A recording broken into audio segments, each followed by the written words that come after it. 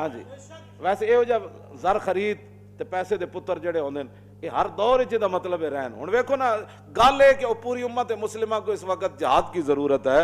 امت مسلمہ کھڑی ہو جائے اور حضور کے غلاموں کو اس وقت دلیری کی ضرورت ہے ان کو صحیح راہ لگانے کی ضرورت ہے زندگی کیسے گزارنی ہے بھائی کفر تو لتاڑ دے گا کوئی منصوبہ بندی بناؤ کفر کے خلاف کوئی تم بھی چالیں چلو جس طرح وہ چالیں چل رہے ہیں تسی انہوں نے لیا کے چالاں وچ انہوں نے دبا دو انہوں نے مار دو پلیتاں نو یا کسی طریقے نال کوئی کرو یار نہیں اے اور مسائل جی مولانا مولوی ہے گل مینوں جڑا بندہ کردا میں کس مولوی کولوں پوچھو میں تے حالات نہیں پڑھے جڑے تسی حالات کدھر جا رہے ہیں مولویاں نو ویلن کیڑی ایجنسیاں کول پیسے کھاندے نے جو نویں مسائل جڑے کڈدے میں تو نہیں سمجھدا کوئی ایجنسیاں کول پیسے کھاندے بھائی امت اقرا تے چل پئی لبیک دا نعرہ لا کے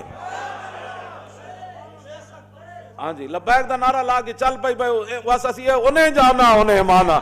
جب انہیں جانا انہیں مانا گلا تو درمیان وچ کی کڈنا چاہندا ہے ادھر ادھر کرو نا گل برما دے بچیاں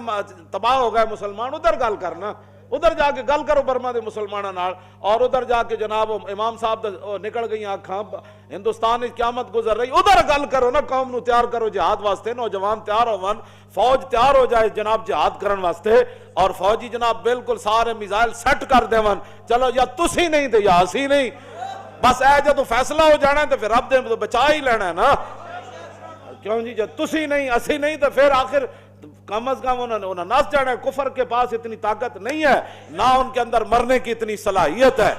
نہ ان کے اندر کوئی ایک ہندو فوجی بھی نہیں ہے جو ٹینک کے نیچے سر دے دے ہاں کوئی ایسا ایک ان کے پاس بھی سپہ سالار نہیں ہے جو 1 منٹ کے اندر 5 جہاز گرا دے ہمارے پاس سارے موجود ہیں کیوں جی ایم عالم گرائے نہیں ایم عالم ہی کسی وہ اپنے پیچھے کئی شیر چھڑ گیا تو وہ جناب انہیں 5 گرائے تھے اللہ کسی نے توفیق دے 1 منٹ دا جا دے گا کیڑا کوئی سمجھ لیا کیوں جی